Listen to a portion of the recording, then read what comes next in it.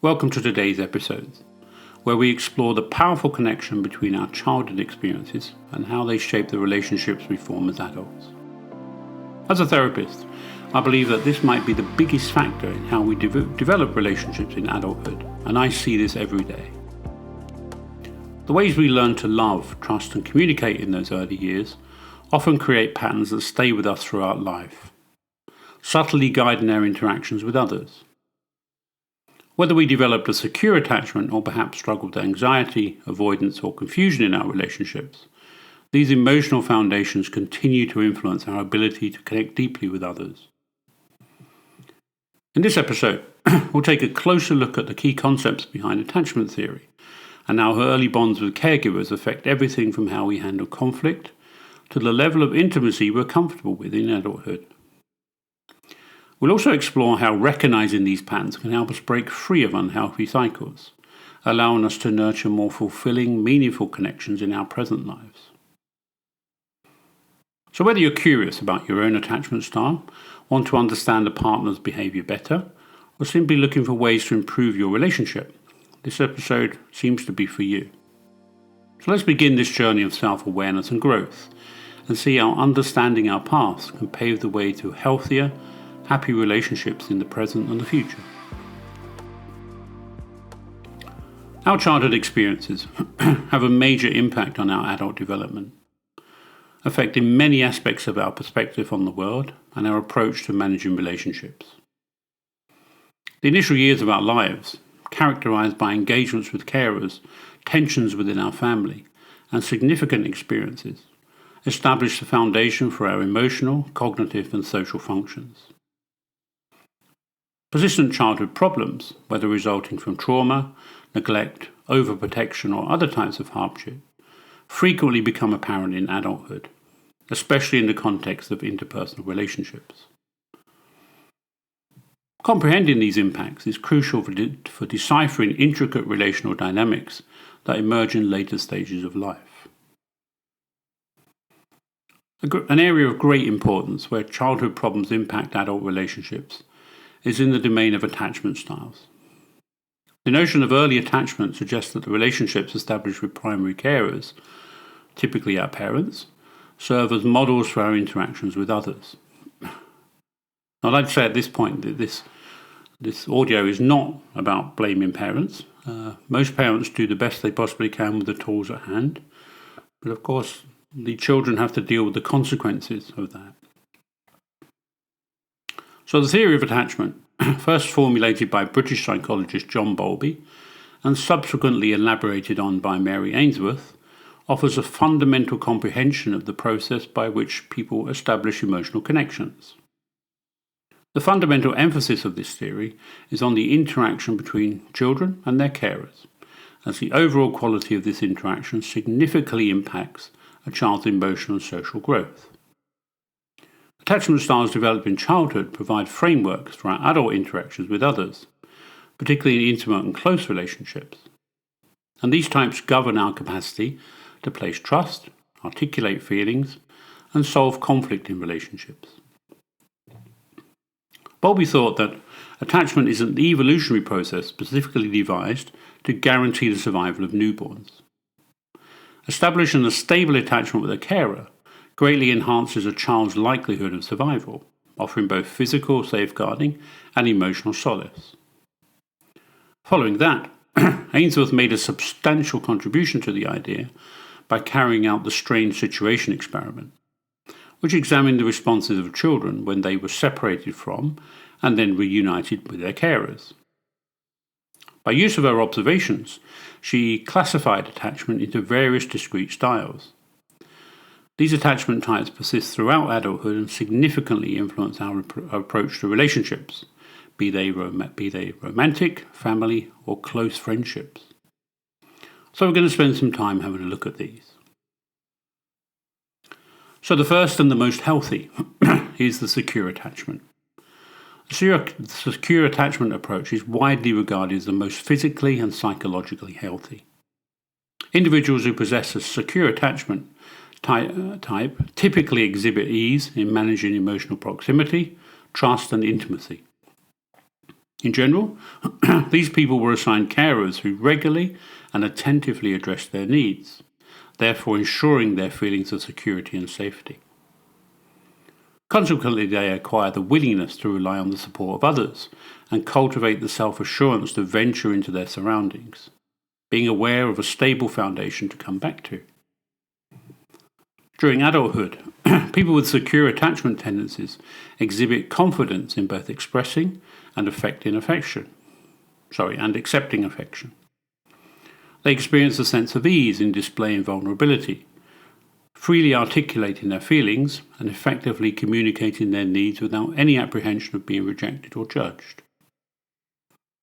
This level of transparency enables them to sustain robust and harmonious relationships. They typically manage conflict in a constructive manner, perceiving conflict as a chance for mutual growth rather than as a hindrance to the relationship. So what does a person with secure attachment look like? The capacity to place trust is essential in others and establish robust relationships. People with secure attachment styles feel at ease depending on their partners and being depended upon, therefore fostering mutually trusting relationships. Their comfort with intimacy is characterized by a lack of fear of rejection, as they wholeheartedly embrace emotional closeness and do not hesitate to be vulnerable with their partners. Secure people possess the conviction to establish personal boundaries and demonstrate respect for others' boundaries. They are able to set limitations without feeling guilty or afraid of being rejected. Their emotional resilience and security in their partner's love and commitment are characterized by a general sense of confidence and a lack of excessive anxiety regarding the stability of the relationship. Now, I wonder how many people you actually know like that. So let's look at the second one. Anxious attachment, or preoccupied attachment, forms in youngsters subjected to uneven caring. These youngsters may have encountered carers who exhibited varying degrees of responsiveness and affection, but also displayed occasional distance or incomplete availability. This lack of consistency generates ambiguity in the youngster regarding the satisfaction of their needs, resulting in apprehension about being abandoned or rejected. During adulthood, those with anxious attachment develop a strong desire for emotional intimacy, but also harbour a fear of not receiving the necessary affection and validation. These people develop a strong fixation on their relationships, continuously seeking validation from their spouse and seeing even slight changes in behaviour as indications of imminent abandonment. This could result in behaviours that resemble clinginess or excessive dependence. Their heightened sensitivity to perceived risks frequently leads to interpersonal uneasiness, even in circumstances devoid of actual imminent danger. Adults with anxious attachment display the following traits: abandonment anxiety and persistent demand for reassurance. Those with anxious attachment tendencies frequently express concerns about their partner's potential abandonment or the loss of affection, resulting in repeated demands for affirmation. Despite their partner's persistent and affectionate behaviour, these people may have difficulty in believing that the intimacy is enduring or real. They frequently depend significantly on their partner to enhance their self-esteem and feelings of safety. The individuals often harbour insecurities over the stability of the relationship, even in the lack of tangible proof indicating any potential threats to its strength. So now we're going to look at the avoidant or dismissive attachment style. Avoidant attachment, also known as dismissive attachment, commonly forms in children who experience carers who are consistently emotionally unavailable or indifferent to their needs. These carers may have inhibited the articulation of emotions or prioritized self-sufficiency. Consequently, these adolescents acquire the ability to depend on oneself and to restrain their emotions, convinced that they cannot rely on others for emotional assistance. As adults, those with avoidant attachment tendencies prioritize independence, and frequently experience unease when it comes to emotional intimacy or sharing personal vulnerabilities.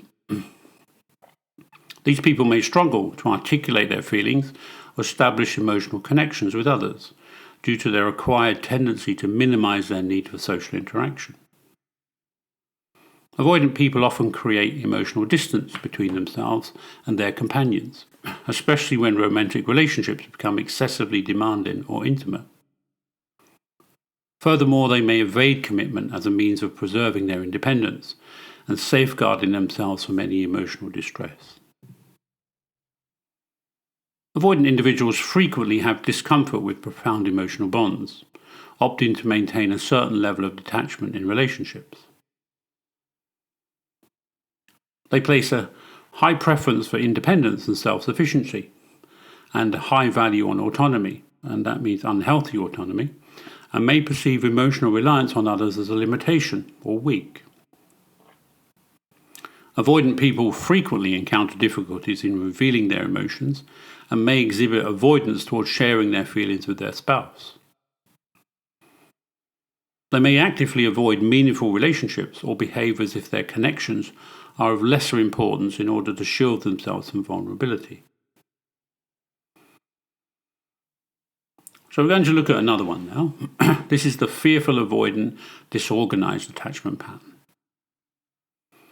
Fearful, avoidant, or disorganized attachment is a multifaceted style that incorporates aspects of both anxious and avoidant attachment modalities. The development of this attachment style is frequently as a consequence of distressing and disorderly childhood events, such as mistreatment, disregard, or irregular provision of care. Children exhibiting this attachment style may have encountered carers who served as both a source of solace and a trigger for terror, resulting in perplexing and conflicting connection with attachment figures. Fearful avoidant attachment in adulthood is characterized by competing needs for connection and independence. Their desire for emotional intimacy is accompanied by a fear of being wounded or rejected, leading to a push-pull dynamic in relationships. These individuals may actively pursue connection, but then disengage when they become too intimate, therefore establishing a recurring pattern of emotional incongruity. Individuals with fearful avoidant tendencies often have a profound mental turmoil over relationships, and their conduct can be somewhat unexpected, thereby posing difficulties in sustaining stable and healthy relationships. They also want for emotional intimacy, but they also dread the inherent vulnerability that accompanies it. They may oscillate between excessive attachment and emotional detachment, therefore impeding the ability to sustain stable relationships. Fearful avoidant people frequently exhibit a push-pull relationship, in which they actively pursue intimacy, but withdraw when it comes to an excessive level of intensity. The presence of emotional volatility and uncertainty over appropriate behavior in relationships can result in unpredictable actions and emotional outbursts due to conflicting desires and anxieties of both individuals. Now that sounds like codependency to me. Every attachment style embodies a distinct approach to managing relationships, which mirrors the specific patterns acquired during early childhood interactions with carers. These patterns exert impact not only on the manner in which individuals approach romantic relationships, but also on their interactions with friends, family members, and even partners. It also determines who people are attracted to. Crucially, attachment styles are not inflexible or immutable. Although they originate throughout early childhood, these patterns can undergo transformation over time through the development of self-awareness, personal growth, and therapy. We'll talk about that later. However, one of Freud's theories brought in at this point is interesting. Freud's theory of repetition compulsion is a key concept within his broader psychoanalytic framework. It refers to the unconscious drive that compels people to repeat past experiences, often ones that were painful, traumatic, or unresolved, in the present. These repetitions may take various forms, including reenacting behaviors, emotions, and relational dynamics from childhood or other formative experiences. Freud proposed that these repetitions are not conscious choices, but rather manifestations of deep, unresolved psychological conflicts. They are repeated even though they may cause distress, frustration, or harm to the individual. At the core of repetition compulsion is Freud's notion that individuals are not merely motivated by pleasure, as suggested in his early theory of the pleasure principle, but also by the need to master unresolved conflicts. The compulsion to repeat arises when someone has not fully processed or integrated an emotionally charged event. Instead of moving past these painful experiences, individuals unconsciously recreate similar situations, hoping for a different outcome or resolution. Freud argued that the mind continually strives for closure, and this repetition represents an attempt to gain mastery over experiences that were once beyond one's control. For example, a person who experienced rejection or neglect in childhood may unconsciously seek out relationships in adulthood where they are similarly mistreated or devalued.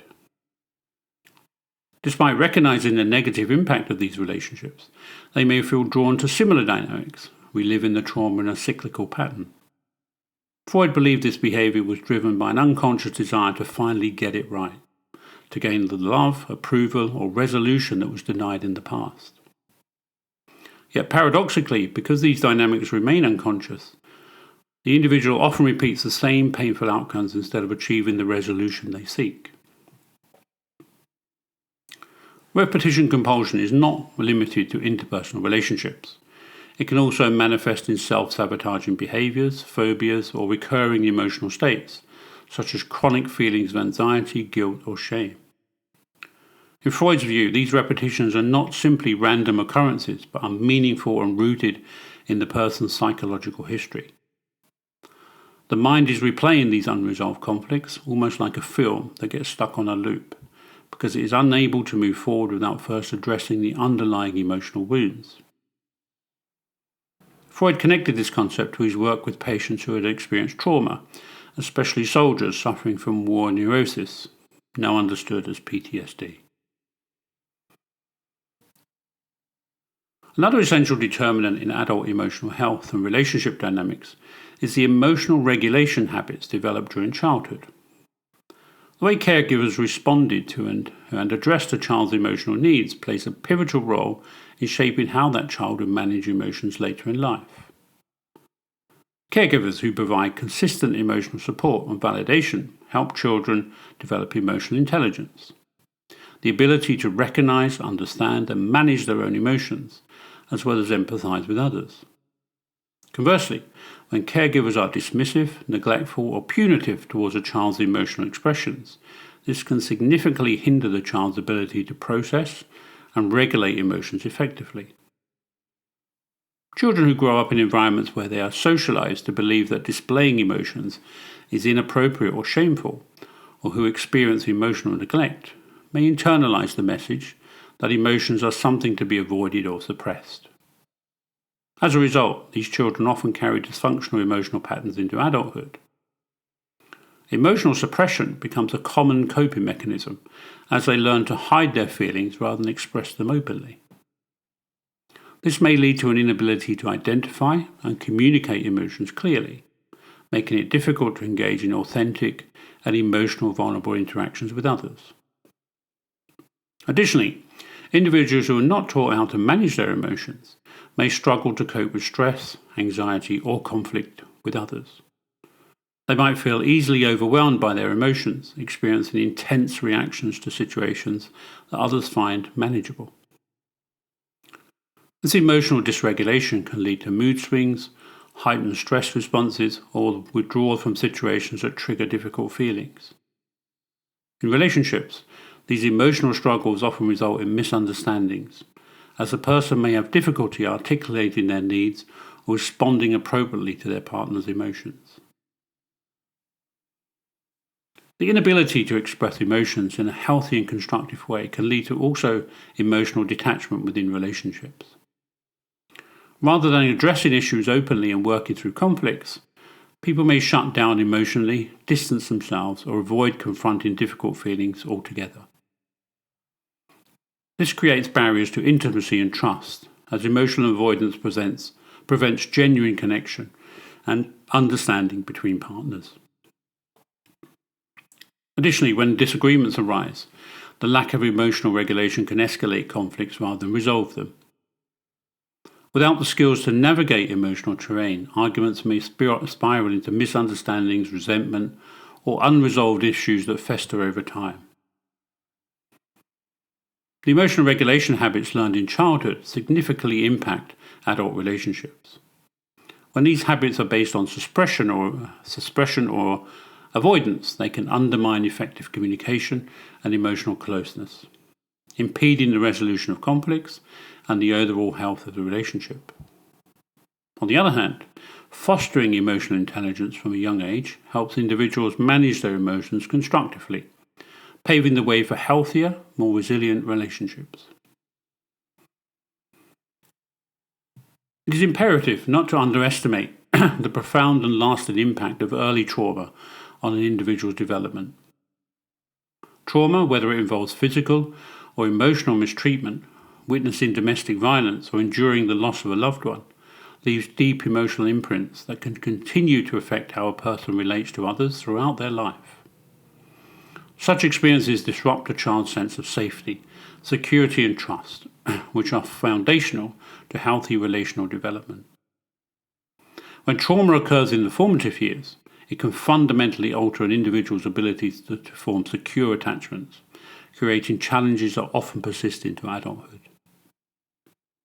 One of the most significant consequences of early trauma is the erosion of trust.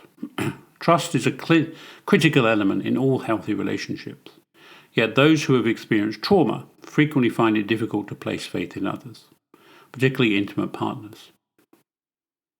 The betrayal or instability they encountered as children may cause them to view relationships through a lens of fear and suspicion, constantly on guard for potential hurt or betrayal. This distrust can make it difficult to open up emotionally, to rely on others, or to believe that their partner has their best interests at heart. In many cases, they remain emotionally distant, preventing genuine closeness and intimacy from developing. Another profound effect of trauma is its impact on self-worth. Many individuals who have experienced trauma, especially if it involved abuse or neglect, internalize feelings of shame, guilt, or unworthiness. They may believe that they are somehow responsible for the trauma they endured, which can lead to a diminished sense of self-worth. As adults, this can manifest in relationships through feelings of inadequacy or constant need for validation. They might become overly dependent on their partner for emotional affirmation, seeking reassurance that they are loved, valued, or good enough. This dependency can place strain on the relationship as it may lead to possessiveness, jealousy, or an inability to function independently. On the other end of the spectrum, some trauma survivors may cope by distancing themselves from others to protect themselves from further emotional pain. Fear of intimacy is common in adults who experienced early trauma, as closeness often triggers memories of past hurt or vulnerability. They may push people away, fear that if they allow someone to get too close, they will once again be hurt or abandoned. This avoidance of intimacy can create a barrier in relationships, making it difficult to establish the emotional connection needed for a healthy partnership. Additionally, trauma can lead to more severe mental health issues, such as PTSD. PTSD can cause flashbacks, nightmares, and emotional numbness, all of which can deeply affect a person's ability to maintain a stable relationship.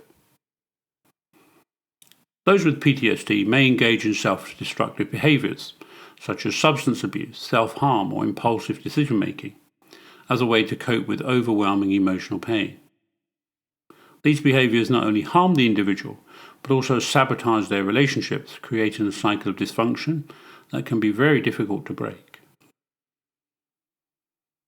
Finally, individuals who experience trauma may carry deep feelings of inadequacy and cling to partners. They have a fear of rejection, leading unhealthy coping mechanisms within relationships. This push-pull dynamic often leads to turbulent and unstable relationships, where emotional highs and lows are common, and long-term stability is difficult to achieve and in some cases is impossible. The family dynamics experienced through childhood, encompassing the connections between parents and siblings, also exert a substantial influence on the formation of adult relationships. Children who observe dysfunctional relationship dynamics between their parents, such as persistent conflict, insufficient communication, substance abuse, or infidelity, may internalize these behaviors as socially acceptable. In adulthood, individuals may inadvertently duplicate similar tendencies, embarking on harmful or unstable partnerships. Conversely, they may embrace a hyper-independent mentality, steadfastly rejecting emotional dependence on others due to the dread of replicating their parents' errors. Particularly, children of divorce often struggle with intricate emotions and values around partnerships. Certain individuals may develop a phobia of commitment, holding the belief that relationships are inherently bound to experience failure. Others may demonstrate a profound need for stability and excessively compensate by remaining in toxic relationships due to the fear of being abandoned. The manner in which parents manage divorce, whether through amicable or contentious means, significantly influences how children view love, trust, and communication. An additional concern that emerges from childhood and affects adult relationships is the encounter of being raised in a household characterized by substance misuse or mental health disorders. Childhood experiences of parental addiction or untreated mental illness often lead to premature assumption of caregiving responsibilities by the child, making them the primary carers in the family. In adulthood, this relationship can result in codependency, when the individual feels compelled to prioritize the well-being of others above their own needs. Individuals may be attracted to partners who exhibit the dysfunctional characteristics of their parents, or assume the position of the rescuer, convinced that they can resolve the parents' problems. We won't talk too much about codependency. There's a whole program on recovery from codependency on this site called Self-Leadership for Codependence. Please check it out. Likewise, excessively overprotective or controlling parenting may impede a child's emotional development and feeling of independence. Children and adolescents brought up in such settings typically face challenges in developing independence and self-assurance. As our adult years progress, individuals may develop an excessive dependence on their spouses for the purposes of decision-making, validation, and emotional support. Conversely, they may defy this authority by intensely asserting their independence, evading sensitivity and opposing emotional intimacy in their relationships. At the other extreme, negligent parenting might have equally detrimental consequences. Insufficient fulfillment of children's fundamental emotional needs often leads to their development of feelings of being undeserving of affection or attention. Adult relationships may present as a phobia of rejection, a need for continual affirmation, or an incapacity to set healthy limits. These people may endure toxic or violent relationships due to their belief they are not deserving of better treatment, or they may resort to self-destructive actions as a means of dealing with the profound emotions of inadequacy involved. The influence of problems experienced during infancy on adult relationships is also apparent in the manner in which individuals manage conflict. Children raised in settings characterized by the avoidance, explosiveness, or the lack of healthy resolution of conflict may have difficulties in effectively managing disagreements within their marital relationships. The failure to acquire appropriate communication skills or constructive conflict resolution abilities may result in them shutting down, becoming defensive, or escalating minor disagreements into large arguments. In contrast, people may choose to completely evade confrontation, repressing their desires and emotions in order to preserve tranquility, a behavior that can gradually result in bitterness and emotional detachment.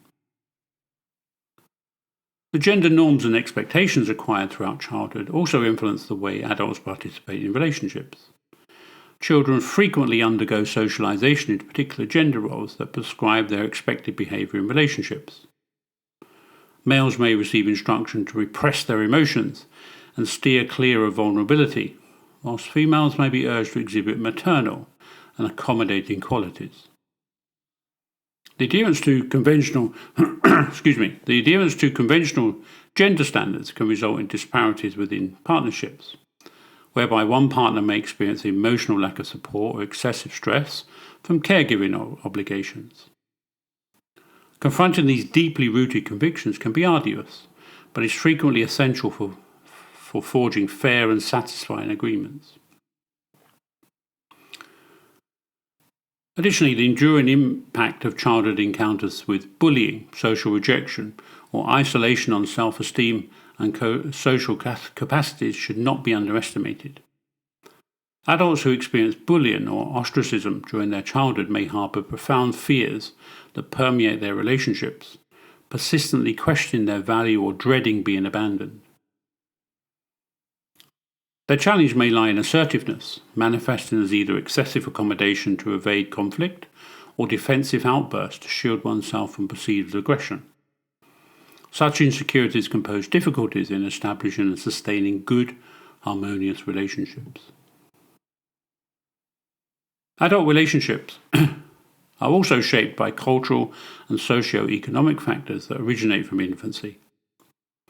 Children internalize signals from their families, communities, and the media regarding the ideal characteristics of relationships, the prescribed roles of men and women, and the parameters of acceptable conduct within a relationship. These cultural beliefs can either facilitate the formation of good relationships or sustain detrimental stereotypes and unequal distribution of power. For example, a person brought up in a society that places importance on stoicism and emotional control may have difficulties in openly expressing their emotions within a relationship. Conversely, a person from a cultural background that emphasizes familial responsibilities may prioritize the opinions of their family above the requirements of their partner. Furthermore, it is crucial to regard the influence of childhood friendships on the formation of adult relationships. Primary peer relationships in early childhood impart knowledge to children about trust, cooperation, and conflict resolution. Positive friendships have the potential to cultivate self-assurance and promote social skills. But unpleasant encounters such as betrayal or exclusion can result in trust problems and challenges in establishing intimate relationships in the future. Individuals who had poisonous friendships during their youth may contend with feelings of envy, possessiveness, or apprehension of being abandoned in adult love relationships. Conversely, people who had nurturing and wholesome friendships are more inclined to actively pursue and sustain constructive and mutually advantageous connections. Additionally, living in poverty or facing financial uncertainty during infancy can greatly influence adult relationships. Exposure to an environment where fundamental needs were not regularly fulfilled might result in the development of a scarcity mentality, characterized by a persistent feeling of uneasiness and apprehension about losing what remains. Within interpersonal relationships, this might be seen as possessiveness, the accumulation of resources, or an unwholesome emphasis on financial security at the detriment of emotional bonding. On the other hand, certain people may have a profound desire to demonstrate their value by material success, giving priority to professional and financial accomplishments above personal satisfaction achieved through relationships. Childhood exerts a broad and multidimensional impact on adult relationships. Although several of these problems arise from adverse or difficult experiences, it is crucial to acknowledge that formative years can also provide beneficial lessons that promote good adult relationships. Research suggests that children raised in settings that exemplify love, respect, and open communication are more inclined to adopt these principles in their own relationships. They frequently possess superior skills to manage conflict, articulate their feelings, and provide constructive and respectful support to their relationships. At its core, the influence of childhood problems on adult relationships is a profoundly individual and frequently unconscious concept. A significant number of people lack awareness regarding the ongoing influence of their early experiences on their subsequent behaviours, expectations, and emotional reactions within their relationships. Therapeutic interventions and introspection are essential in facilitating people to identify and confront these fundamental problems, therefore enabling them to liberate themselves from detrimental habits and establish more robust and satisfying relationships. Healing from attachment issues and childhood wounds is a deeply personal journey, often marked by self-exploration, emotional work, and external support. While it might take time and conscious effort, healing is absolutely attainable, allowing for healthier, more secure relationships and emotional well-being. Let's look at some steps and practices to help you on this path. Number 1, cultivate curiosity about your patterns. Start by observing your emotional reactions and relationship patterns without judgment. Notice how you respond to intimacy, conflict, and emotional closeness. Ask yourself questions about your past relationships and how they reflect patterns you might have learned in childhood.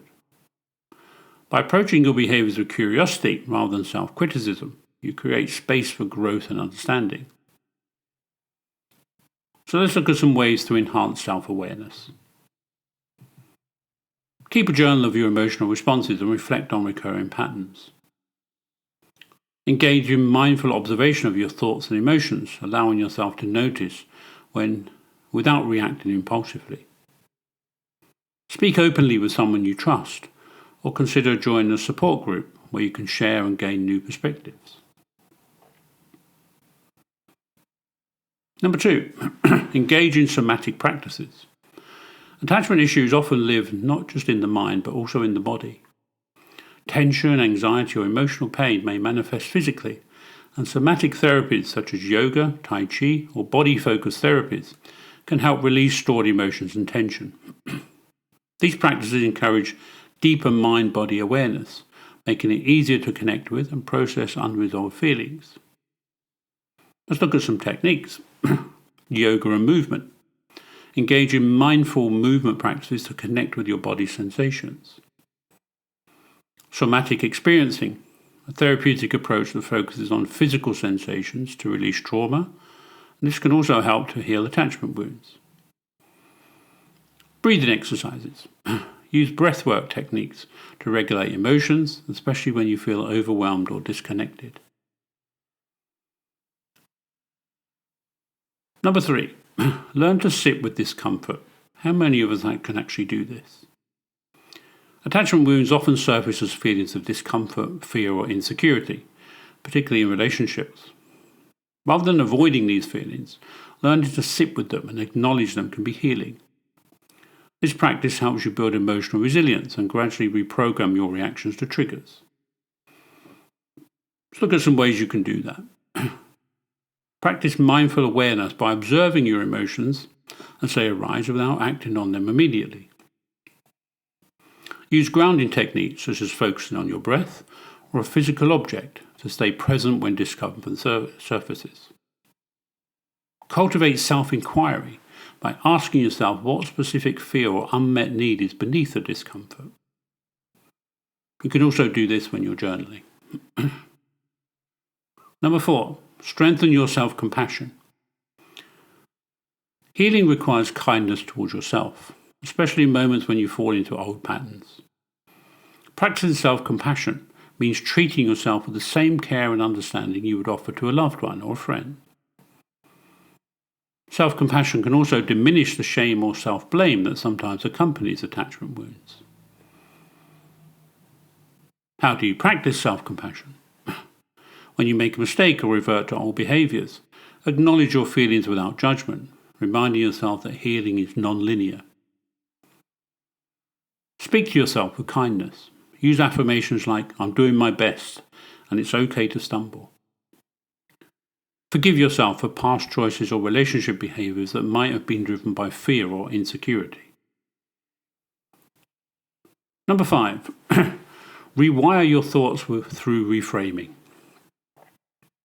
Many attachment-related behaviors stem from limiting beliefs about yourself and others.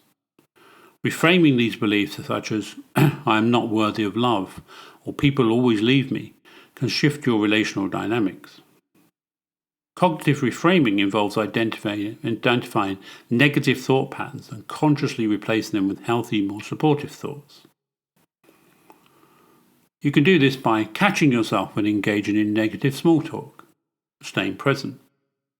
Challenge those thoughts by looking for evidence that contradicts them. And create new positive affirmations or mantras such as, I deserve love and respect, or it's safe for me to trust. Number 6, nurture emotional literacy. Emotional literacy involves understanding your feelings and learning how to express them in a healthy and constructive manner. Expanding your emotional vocabulary can help you better communicate your needs, fears, and desires in relationships, reducing misunderstandings and fostering closer connections. How can you do this? Identify and label your emotions throughout the day, distinguishing between subtle variations, for example, frustration versus disappointment. This can be done when journaling. Practice non-violent communication, where you express your feelings and needs without blaming or shaming others. And learn to talk about your emotional state with your partner or loved ones, expressing how you feel without expecting them to fix you. Okay, number 7, a very interesting one. Explore your inner child. Many attachment wounds stem from unmet needs in childhood. Healing often involves parenting your inner child, offering yourself the love, care, and support you didn't receive when you were young. This process can include acknowledging painful childhood experiences and meeting your inner child's emotional needs in the present. How can you do this? So visualize yourself as a child and ask, what did I need in those moments when I felt afraid, alone, or unloved? Practice inner child dialogues where you offer words of comfort and reassurance to your younger self. Make time for activities you enjoyed as a child, like creative play, drawing, or spending time in nature, to reconnect with joyful, carefree feelings. Those are 3 very simple ways, but inner child therapy can be very complex and you may need professional help. Reparenting, which is part of inner child therapy. Reparenting is a therapeutic procedure in which individuals offer themselves the psychological care, loving, and support they may have been absent during their early years. This process entails assuming the role of a nurturing and encouraging presence that was necessary throughout one's crucial developmental years, therefore facilitating the recovery of emotional injuries and the cultivation of more positive self-worth and adaptive strategies. The objective of reparenting is to remedy unfulfilled childhood needs and promote emotional well-being. Initially, the process of reparenting involves acknowledging the emotional needs that were not met during childhood. Potential factors that could be considered are emotional affirmation, affection, safety, and consistent boundaries. The identification of these unmet requirements enables individuals to gain insight into how their early experiences have influenced their present relationship patterns and emotional reactions. An essential element of this therapy is to actively interact with the inner child, which enables individuals to establish a connection with the aspect of themselves that still harbours unresolved emotional suffering. This may be achieved by employing visualization techniques, composing letters to one's younger self, or re-examining enjoyable and imaginative activities that may have been overlooked or lost. Providing oneself with emotional support is crucial in the process of reparenting care. This entails engaging in self-soothing techniques during the periods of emotional turmoil, employing positive affirmations, and acknowledging challenging feelings instead of disregarding or repressing them. Self-compassion is essential in this context, since it is vital in disrupting the pattern of self-criticism and facilitating the process of healing. Through the practice of self-compassion, particularly during times of hardship or disappointment, people have the opportunity to cultivate a supportive, intimate connection with themselves, which is very important. An essential aspect of reparenting is establishing and upholding appropriate limits. Frequently, people who encountered a dearth of well-defined limits during their upbringing may encounter difficulties in expressing their own demands or showing respect for the limitations of others. By engaging in reparenting, people can acquire the skills to set boundaries that safeguard their emotional welfare and foster improving relationships. Reparenting also comprises the development of self-compassion and the acquisition of the ability to forgive oneself for previous errors or deficiencies. By reframing negative self-perceptions, this approach facilitates the disruption of the self-criticism loop. Motivational techniques such as self-affirmations and acknowledging tiny achievements can enhance self-esteem and strengthen a favourable self-perception. Another essential component of reparenting is the restoration of self-confidence, which may have been eroded during infancy as a result of uneven parenting or excessive dependence on others for affirmation. People can restore trust in their judgment and capabilities by making choices that are in accordance with their principles and upholding personal obligations. Reparenting also promotes the process of rewriting negative narratives from childhood, such as feelings of worthlessness or inadequacy, and substituting them with positive and empowering affirmations. Through the process of questioning deep-seated, constraining ideas and establishing fresh, encouraging ones, people have the ability to alter their self-image and cultivate a high level of emotional well-being and understanding. Reparenting entails extending unwavering love to oneself, embracing both talents and weaknesses without any form of criticism. Developing a robust sense of inner security and self-worth facilitates the ability of people to live with greater authenticity and establish more nourishing relationships. By virtue of perseverance and unwavering dedication, reparenting facilitates emotional recovery, personal development, and a heightened sense of empathy towards oneself. So 8, prioritize rest and play. Healing is often associated with deep emotional work, but it also involves creating balance.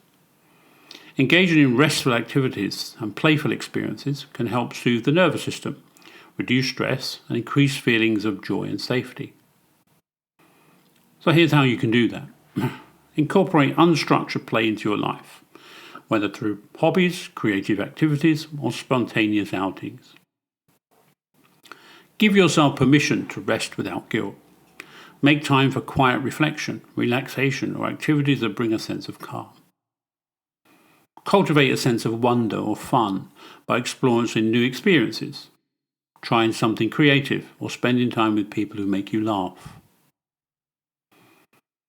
9, heal through secure attachments.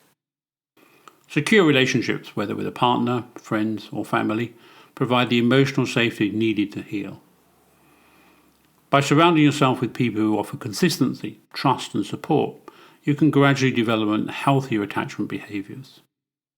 These relationships act as a corrective experience, helping you learn that it's safe to be vulnerable and open with others. How to do this? Prioritize relationships where communication, emotional availability, and trust are central. Work on communicating your needs, fears, and vulnerabilities in relationships, being open about your healing process. Avoid people who trigger your old attachment wounds, especially those who are unreliable or emotionally unavailable. This will usually mean cleaning the toxic people out of your life. 10, develop a future-focused mindset. While healing involves addressing the past, it's also essential to focus on your future goals for relationships and emotional health. Visualizing the kind of relationships you want to build and the person you want to become helps you maintain motivation and optimism throughout the healing process. For example, you could create a vision board or journal about your ideal future relationships, focusing on emotional health, communication, and mutual respect. Set yourself small, actionable goals for emotional growth, such as improving your conflict resolution skills or learning to express your needs more clearly. Reflect regularly on the progress you've made, celebrating how far you've come, even if you're not yet where you want to be. 11, Embrace patience and consistency. Healing attachment wounds is an ongoing process that requires patience, persistence, and self-compassion. Allow yourself time to grow, understanding that setbacks are natural and part of the journey. Through consistent effort and self-reflection, you can slowly build healthier patterns and move towards secure, fulfilling relationships. Parts work. The therapeutic technique known as parts work, which is commonly linked to internal family systems therapy, has the potential to effectively tackle attachment problems by facilitating people's comprehension and restoration of the many aspects of their being that were influenced by their early connections. Attachment disorders often arise from unfulfilled emotional needs or uneven provision of care during childhood. Parts work enables individuals to examine how these experiences have shaped certain internal components that impact their behavior, emotion, and relationships. Central to parts work is the perspective that the self is composed of several parts, or sub-personalities, which each characterized by its own emotions, motivations, and convictions. Development of these parts often occurs in reaction to early life events, such as attachment injuries. For instance, one aspect may have developed as a means of safeguarding the person from emotional distress by adopting avoidance or detachment in relationships, while another part may have developed as an anxious attachment, continually seeking positive reinforcement to prevent being abandoned. By engaging in parts work, people can initiate the process of recognizing and interacting with these many components, therefore revealing their origins and comprehending the protective functions they fulfill. Through active participation in conversations with these parts, individuals can acquire the ability to provide empathy and comprehension to the injured parts that were deeply affected by previous failures in connection. Several of these parts, such as the anxious or avoidant part, evolved mechanisms to shield the individual from suffering, rejection, or abandonment. While these tactics were appropriate during childhood, they can pose challenges in adult relationships.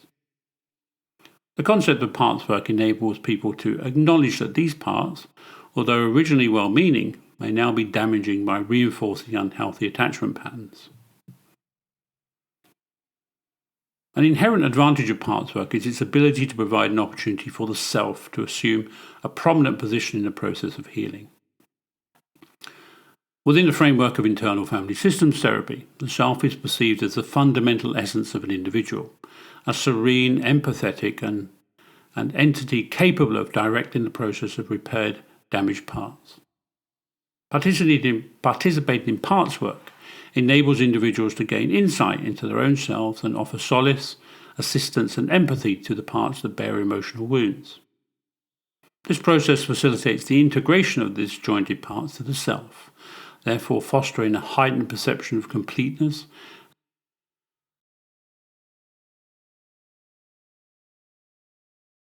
and bringing harmony to the inner world.